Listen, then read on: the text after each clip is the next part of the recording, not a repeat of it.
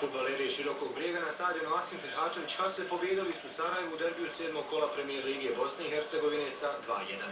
Novi šef stručnog štaba domaće ekipe Husni Arapović porazom je počeo svoj mandat, a Širokobrijžani su poveli nakon greške domaće odbrane koji iskoristio Bubalo da donese vodstvo svom timu.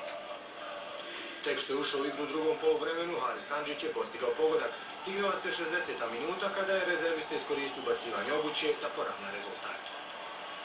Prvu pobjedu u gostima ove sezone u prvenstvu Širokom Brijegu donio je Wagner u 74. minuti, nakon što je Šilić iskoristio još jednu grešku odbrane Sarajeva, a Wagner postavio konačan rezultat Sarajevo Široki Brijeg 1:2. To možemo slobodno reći neuspješan vaš start na klupi Sarajeva, poražen od ekipe Širokog Brijega, kako ste vidjeli? Sigurno da je ovo meni žao i navijača vrijedno koji su došli i ja sam isto bio ubeđen da je Široki Brijeg. Međutim, Široki Brijeg je uvijek na stadionu prošle igre dok prošle sezone su igrali 2:2.